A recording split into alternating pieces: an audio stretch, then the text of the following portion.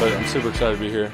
Excited to have a role in this, have a piece in this puzzle. A lot of good guys around here. This facility is beautiful, so I'm just excited to be here, man. There's nowhere I'd rather be. Man, I wish I could do my hair like that. Unbelievable. Welcome back to another edition of Enough Said. I am Dan Barreiro, joined as always by Justin Gaard and Lori Fisher. Very excited about the Vikings' latest acquisition. I'm surprised she didn't do her hair. Too. She didn't do the hair like that. I'm surprised you didn't do it as an homage to the new Viking. Shoot. Okay, well, maybe missed next opportunity. week after we win. You have that kind of versatility with your hair, Lori. Thanks. A big welcome to the newest member of the Vikings, tight end TJ Hawkinson, formerly of the Detroit Lions. The Vikings heading into Sunday's game against Washington with a 6-1 record. We haven't been 6-1 since 2009. And Seth Kaplan found the stat for me. 36% of all Super Bowl winning teams have started 6-1, Dan. 36%? Yes. Well, chip share and a chance, Yeah, then. That's yeah. not a bad, that's I'll not take a it. bad stat. Yeah, I mean, we'll take that as a start. I love the decision to make a move here because I still don't know what the Vikings, quite frankly, are, but I like a general manager who says, let's reward a team that has found a way to win and has put itself in position to find out just how challenging the month of November is about to get because you're playing some decent teams and some really good teams eventually as well. And if you can improve your club, which TJ Hawkinson's bringing him here absolutely does, at maybe an underutilized position, all the better. And indeed, I believe he's under contract for next year as well. So it's the old deal. What do fans look for? They want wins, and then they want the sense that, hey, let's be aggressive at the deadline. Other teams are being aggressive. If we can add a little piece without giving up too much, let's go ahead and do it. Well, and the other part of it is they said they were talking about this or thinking about it before Irv Smith got hurt. Yeah. But it was all the more important to do it after Irv got hurt as well, the most recent time, right? Because he just hasn't been able to stay healthy. So the fact that they were able to improve, I think, the position, whether Irv was hurt or not, and then when he goes out, it wasn't going to be the Johnny Munt show, right? As much as we all like saying Johnny Munt, and he scored his first touchdown this past weekend, they had to do something, and it worked out really well that it was a guy they could afford this year, a guy that's under control next year, so that leads you to believe that Smith probably won't be with this team next year because that's the one thing that has really been missing. They haven't had everything hit on all cylinders, right, offensively, right. But they've gotten Jefferson going. They've gotten Dalvin going at different times. They really haven't gotten much out of the tight end position consistently, and now I'm excited to see how it does all fit together because we know one thing, Kirk Cousins doesn't mind throwing to a tight end, right? No. A little 8-10 yard pass, let the guy run a little bit. He does not mind going through his progressions, as Cousins would say. And now they've got, so fans should be excited about it, absolutely. And Green Bay did nothing, much to the chagrin of their fans. The Bears first sold, then bought, and we know that the Lions are the Lions, so the division sets up very nicely for them. And now it's just about where else do you fit in the NFC, which is what this month is going to show you. No doubt. I mean, what a wonderful, liberating moment for TJ Hawkinson, who's in the mess of, Detroit thinks he's going to be playing out another meaningless season. And now he finds himself in the middle of a pennant race. It's got to be great. Couple stats, which I think you probably know. The teams we've beaten so far this year have a combined record of 18-29, and that includes a Dolphins team with the only team with a winning record that was not using its starting QB. Right. We got lucky there. Our next 5 games, combined records of our opponents, 25-14. That doesn't mean they're all dominant. The Vikings should beat Washington, for example. They should beat New England at the back end of November, Thanksgiving. But Buffalo's in there, Dallas is in there. And now we're going to find out a little bit more about the club, I think, how it handles the next 4 weeks, how it handles the challenges, and whether some of the nagging concerns are going to catch up to them now that all things being average, they're playing better competition. Well, and you've got the New York teams coming up in December as well. The Giants, I think, more sustainable than the Jets. Right. But the one thing I'll say about this Sunday is don't mess around with Washington. Don't give them the opening because as you like to think they're just kind of an afterthought and you're going up against Taylor Heineke. They don't mind being down 10 in the second half. Don't. And the last 3 games, they've basically rallied in the second half. Some deficits bigger than others. And that's because I think Heineke just says, whatever, bleep it, and he goes and does whatever he wants. So don't give them the openings that you've given other teams if you do, in fact, build a lead on Sunday. And just remember, you can watch the pregame show here on Fox 9. It's an electric pregame show. You can watch the game on Fox 9 at noon. And we have a special post-game show. Oh, even better. As well, right. Even if they lose, or will you just pull the plug if they lose? No, we'll Win or do it lose? either way, but they're not going to lose. Okay. Okay, here we go. The Wild All had right. a successful time on the road last weekend, beat Montreal back here at home on Tuesday, but then lost 4-0 against Seattle. The Wild have the weekend off, going back on the road early next week. And then did you hear about, like, I haven't seen any Twitter on this, that there's an even better sound system for the team now? Well, I've Did seen you it. see that? I've No. seen They I've just seen debuted it. it this week. I've seen, I saw some of the tweets. I can't imagine it can get any louder in there. No. It is extremely loud. Surround in the X. sound or something? I'm not sure. Well, Lori will be there in her never-ending quest to find Nordy and get the picture. Lori will definitely file a report. My takes on the Wild and Wolves, Dan, are going to be kind of similar here because we're going to talk about Wolves in a second. Now we've got injuries, right, with the Wild. Substantial injuries. Thursday night, the better players had to play a little bit more. They talked about energy being low. They got blanked by the Kraken 4-0. And a lot of it, by even the team's own admission, was, they kind of outworked us, which should bother people given that we're 3 weeks into the season or whatever it is. And we've already heard that from the Timberwolves.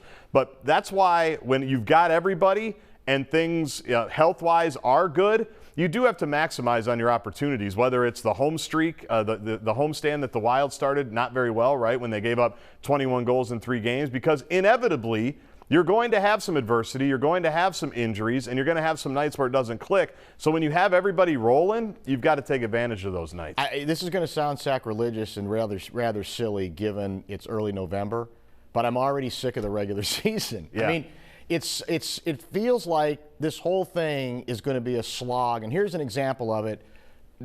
Are we overreacting? Is it always being outworked? Because I think in hockey, you hear that a lot. I think sometimes it's true. Sometimes I think it's because players don't know what else to say. Maybe. The other team just plays better. Yep. Or they got it going, or you have some injuries. And the problem is really, as we've said a billion times, for this fan base, nothing's going to matter anyway that you do in the regular season. As long as you make the playoffs, what's going to matter is whether you finally make a run in the postseason. And that's what's so hard about this thing. It feels like it's such a long time between now and April, right? Yeah. It's just endless. 30 seconds. The only good thing, and we, I think, touched on this a little bit last week, is the goalie, the Hall of Fame goalie, has reemerged, and that was an important step in this process. There's no question about that. The defense is playing better in front of him, generally, perhaps with the exception of this last game. But he's playing better. He needs to play better. We still don't really know, though, if we have a backup goaltender. To your point on the length of the regular season, I find it interesting that it's not like tickets are flying off the shelves. I'm not saying that it's half full, but towards the end of last season, that was a building where it was hard to get tickets, right? And they were sold out, and playoff tickets were hard to come by and all of that. I mean, there was 17,000 in there the other night, which is a lot of people, but it also kind of speaks to, I think, a lot of fans are in a wait-and-see deal, too. You think they need a new arena? No. People are bored. No, I mean, they it just sounds got the new sound preposterous. I system. mean, that's They basically, can't. that's 90% capacity. It sounds preposterous, but you get so accustomed to that just being the place the last 4 move on. years. And I think part of it is what we're talking about. Exactly. Is that I think the fans are weary of this too. It's like, okay, it's another regular season game in November. What does it really matter? Right. The Timberwolves are home through Wednesday, playing the Bucks tonight. They lost against the Suns on Tuesday. The team, we've talked about this a few weeks now, just isn't living up to everyone's high expectations, Dan. No, I'm disappointed because I wanted them to start the season 7-0 going into that game in Phoenix on Tuesday night with a chance to be 8-0, and I think they're 4-4 instead. The math isn't very good on that. They've got the Milwaukee Bucks tonight at home, a national TV game as well. You know, I just talked about how sometimes I think hockey players say we got outworked and we don't really know whether they did. They just say stuff. I am a little bit more concerned about it as it applies to some things Anthony Edwards has said. So everybody loves the kid, or at least did until the stupid comments he made that got him in trouble in the offseason. And he's very, off the cuff. He's fun. He's obviously a very talented player. But so far this season, here's what he's already confessed to. Another example of him being apparently too honest. One, that I'm not really very good the second day of back-to-back, night on back-to-backs. Right. And I got to fix it. The other thing was he basically admits, I'm not in shape. And it's like, wait a minute. I don't care how young you are. We can all be mad kind of with Kat, who was bitter about the chicken stuff and saying this stuff is serious. But in all honesty, we shouldn't be hearing that from one of the main players on this team. Those two concessions, even if it's just him being more honest than some players are, that's concerning. They got a lot of other issues with the starting lineup. Yep. But to me, it kind of starts there with him, given how important he is to this deal. It's like, what's wrong with this picture? Well, especially he shouldn't be saying this, or he shouldn't be doing it. The whole offseason, all we heard was he was in ant camp. That's what he called it. And I'm getting in shape, and my body fat's like low. Walter Payton and Chris Carter back in the day. Remember, they were known for their off-season. That's right. Down in Florida, Chris Carter would bring hill. everybody, including Randy. Yeah. But then you get into the season, and as much as we like the Gobert deal, a lot of why we liked it was we thought Edwards was going to take a major step forward consistently. Even Chris Finch said, we can't have games where he just doesn't show up. It's not workable. And you mentioned the starters.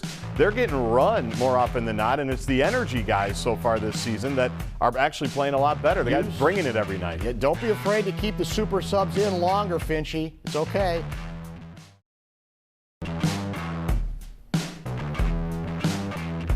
Welcome back to Enough Said. It was 1 week ago today when an intruder broke into the San Francisco home of House Speaker Nancy Pelosi, violently attacking her 82-year-old husband with a hammer. The suspect is a Canadian citizen here illegally, but what adds to all of this tragedy is those who are mocking the attack and unfounded conspiracy theories as to what happened that night. Dan?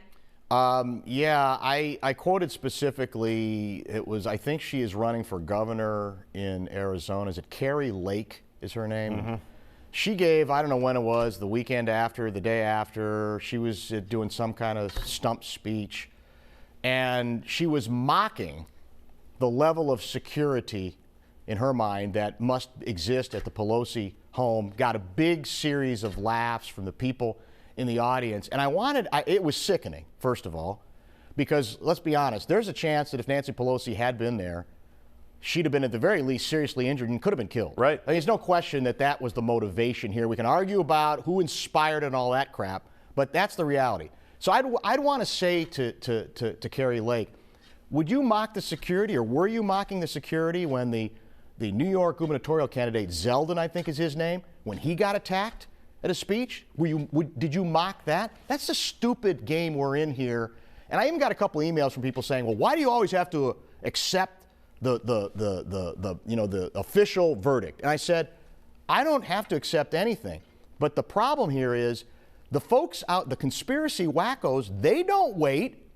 They actually start embroidering this stuff, making it up before there's a shred of evidence that there is any conspiracy.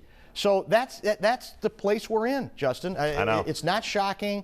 It's almost, we're repeating ourselves, but that's the sad place we're in. Well, if you read the details, which I think have trickled out here in the last few days, basically the second by second, I mean, it should disturb everybody of how this individual got in, how this person acted, what this person did. Even when the cops showed up, they were kind of like, what's going on here? Because Paul, to his credit, and the dispatcher, I think, kind of slow played the whole thing. Otherwise, who knows how serious it was going to be. I agree totally with you. I mean, if you read these details and you're not disturbed, you've probably got some issues. If you read these details and your first instinct is to make a joke about it in a speech, then you've got serious issues. And if you're following people that have done that, then you've also got issues as well. And this should be disqualified. Well, and you mentioned some other case. I mean, we talked about it when Supreme Court Justice Kavanaugh, they arrested somebody right outside. That's if we have to go that way and go this one and this one, it's all disgusting, it's all sick, and it's all scary, and we should all be scared by it. Enough said. Next up, at this time next week, we will be talking about election results. We have a big one on Tuesday. Thank goodness. Here, right, we're over the ads, right? Yes. Big races in Minnesota, including governor, congressional reps, state legislator, attorney general, secretary of state, school referendums, lots going on. Polls open on Tuesday, 7 a.m. to 8 p.m., although many people have already voted earlier by absentee ballot. Dan? Did you vote, Justin? Did you vote early? Or no, you I'm vote? a traditionalist. Me too. I'm a traditionalist. I like getting in there on election day, getting the sticker for you. Thank you. And multiple stickers. I love it for the opposite reason, turning down the sticker and just seeing the look on the face of the person who's trying to hand me the poor sticker. election judge. What's wrong I've with been you? an election judge. That was one of my jobs back as a high school senior because I had turned 18. And I handed out the stickers with pride. I would have loved to come face to face with you that day. Well, of course you did. Here's an interesting media question for all of us, because we're in the media, right? Yes. Part of what I think the media jackals amongst us need to come to grips with, we want to believe there's nothing like election night coverage. That's the big thing. This is when everything gets resolved. It's dramatic, right? It's profound. It's important. And the dirty little secret is media jackals have to get used to the fact that it really shouldn't mean what it once did. Why? Because the number of people, what are we now encouraging? We're encouraging people to vote whenever. Right. Whenever it's legal to vote, right. beforehand, a Get month in. before, whatever. Get it done. And you can't, by the way, tabulate results in many states until Election Day for obvious reasons, because you don't want to influence any other voters, right? So my point is, given the number of people now compared to even the last several election cycles who do vote early and who do even take it a little bit beyond, the fact is we're not going to always get the same resolution that we've had before. But the Jackals don't want to acknowledge that, because what do all the promotions say? Tonight's the night. Well, make sure you're watching on Fox 9 just in case tonight is the night on Election Day. But yeah, I'm fascinated to see some of these races. Obviously, Attorney General. I'm fascinated to see what happens. I don't know what to believe on the gubernatorial race either, right? And I think we've learned. We've talked about it on this show. We have no idea if the polls are really telling us the truth or not, right? Well, you know what I think is also clear? What's that? The people who put together the ads, they think we're all idiots, because in all seriousness, even by recent standards, the darkness in each and every one of these, it's almost satirical. Yeah. That basically whoever you vote for, be prepared that the other person is the Antichrist. One of the worst people you've ever met. And you're left with, does anybody actually get influenced by this crap? Maybe they do. I don't know. Probably some people. Yeah. But as a We're media too smart jackal, for that, we are though, going aren't we? big on Tuesday night. I can't wait to watch. Yeah. You I better can't be wait to watching watch. us. Yeah. Next up, Brooklyn Nets suspended Kyrie Irving without pay for at least 5 games for his recent behavior. He posted a link to a film containing anti-Semitic material. He did not apologize until after his suspension. Nets head coach Steve Nash also lost his job earlier this week due to the team's record, though. But back to Irving. That's a big deal, Dan. It's now finally Irving has apologized. I have submitted that at this point I don't know why we even care. I don't believe him. I don't know why we should at this point. But he basically is saying that, hey, I don't agree with the quote unquote anti-Semitic stuff, but there's other stuff in some of these theories that I accept, and that's, to me, that's akin to the old, well, Hitler was bad, but he built a great system of roads and so forth. It's like you can't separate when you go down the road quoting in a film somebody who is suggesting that the Holocaust was contrived. You're done. You're out. There's nothing else within whatever those theories are that is going to be believable or that we should pay any attention to. And I continue to be very disappointed. I saw there was a Kevin Durant quote. Somebody asked him about it.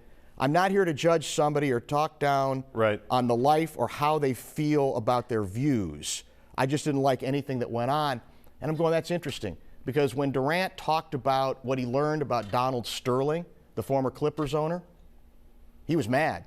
Yeah. He said, that can't stand in the National Basketball Association. And I say to myself, how about some consistency regarding issues? And quite frankly, we're not seeing it from players. Well, or the league, it took a while, right? And Charles Barkley said it on, I think this was Tuesday night, because all of this happened last weekend. That's right. I mean, we're talking on a Friday night here. The main part of this happened on a Saturday evening when he was challenged by a reporter, and per usual, wanted nothing to do with the reporter or even being challenged, tried to make himself a martyr in that, and which was ridiculous. And Tuesday night, Charles Barkley is saying, where is the NBA? They're already too late. And I agree 100% with Chuck on that it seemed like everybody was kind of, okay, is this going to blow over? Is it not? Should we take a stand on this? Should we not? And even the Nets saying, well, we've come to the conclusion that Kyrie should not be associated with it. Okay, well, for how long? And what does that mean? These series of steps that he has to take now to come back with the team, that's really going to be enough too? That doesn't make a lot of sense to me either. Coming up next, the lightning round, including trouble for Twitter and trouble for those who are verified. Do not take this away from me. It was just in the lightning round. Apple Pay. Get your credit card out. We should have led the show with this. Welcome back to Enough Said. It's time for the lightning round. The Lynx signed head coach Cheryl Reeve to a multi-year extension. She also moved from general manager to president of basketball operations. The 2023 season will mark her 14th season as head coach, Dan. Well, I'll be honest with you. I thought she already was president of basketball operations, but I guess technically she was GM. She was GM. So now I assume this means she can bring in some other people. The question's going to be now, she's had the power for a while, basically, right? So what's the plan, to sort of rebuild this thing or to get it back? because we're ready, I think. For, Next up. You know, Maya Moore ain't coming back. Oh, and Foul's gone right? now, too. I mean, Yeah. the championship era now, everybody's gone, right? So now it's time to rebuild or whatever they want to call it. There's a different word that sounds better than rebuild. The Gopher football team beat Rutgers 31-0. Minnesota's 5th out of 7 teams right now in the Big Ten West. Justin. First of all, watch the Gopher pregame show Saturday morning at 9. I'll be down in Yes, Lincoln. on Fox 9. We got to definitely plug that with Ron and Pierre. Nebraska's offensive line gives up the most pressures in the Big Ten. The Gopher defensive line needs to start pressuring tomorrow. Nebraska's secondary ranked, I think, 102 in the country in terms of passing yards. Gopher passing game needs to take advantage of that. Use their weaknesses to try to build on what your weaknesses are right now. Nebraska there can't possibly be as putrid as Rutgers here. Can they? Or am I wrong? No, I don't think so. Now, whatever happened to our pass rush, by the way? You can speak to that. Well, they lost 2 defensive linemen to the NFL and haven't replaced them. Yeah, and that's been the topic of conversation on that side of the ball all month. Twitter is in trouble. There's been a massive drop in revenue, and company layoffs are underway since Elon Musk took over the social media platform. Here's the big story, though. Well, get to it. That is a big story, people being laid off. But users are fired up after hearing that Musk wants to charge verified users $8 a month. $8 a month. Your entire life's work, Lori. Verified. I did try for a very long time. I've been verified for a few weeks. But would you guys, I know you guys aren't verified, but would you pay anything to have Twitter? No. We just both love and are amused by the fact that after all of your labor, it's the biggest L of the whole year. That is so much a validation story for you, and you get it finally, and now you're going to have to pay for it. Yet. And you know what? You're not capable of not paying it. No, I'm not paying it. Oh, you'll pay. Oh, stop it. Oh, yeah, you will. No. You'll pay. It means too much to you. It's part of your signature now. You work too can't hard. Let go of it. I mean, if everyone can be verified, then every week we came in here and you said, I'm not verified. I just got the email. And then you finally got it, you showed it, and now you've got to pay. Well, it's such an L, man. I feel bad. What does it say about the personality of individuals that it became such a quest to them? Lori? I just don't want anyone to steal my thunder, my name. Are there a lot of phony Lori Fishers out there that we were unaware a couple. of? Okay, and finally, the Powerball jackpot tomorrow night, Saturday night, is worth more than $1.5 billion. What? Well, I didn't realize. Have you purchased your ticket? I did a few nights ago. I haven't. Yeah, I've been in on the last couple. Obviously, haven't won. I've been in on the last couple. Why not? I mean, I have to afford Twitter. This is annoying. Now. Do you go in on that group deal? No. And I'm then selfish. if you don't, then you feel bad and like, what if? Well, here's my problem. If you hadn't told me about this, I wouldn't have known it. But now that I do, I am going to feel guilty if I don't take a couple shots at it, even though there's less of a chance to win this than pretty much anything. Can't win if you don't play. Is there a better chance of me getting hair back? Yes. Or winning the multi-billion-dollar? Well, if one of us is not here next Friday night, you know. Oh, I'll be here with stacks of what cash. What do you mean? I'm not quitting. Yeah, I wouldn't quit. Okay, what if we just do this? We quit everything else but just do the show. You fine with me? I like all my jobs. Okay, I don't want to quit said. my jobs. The money shouldn't change you, Lori.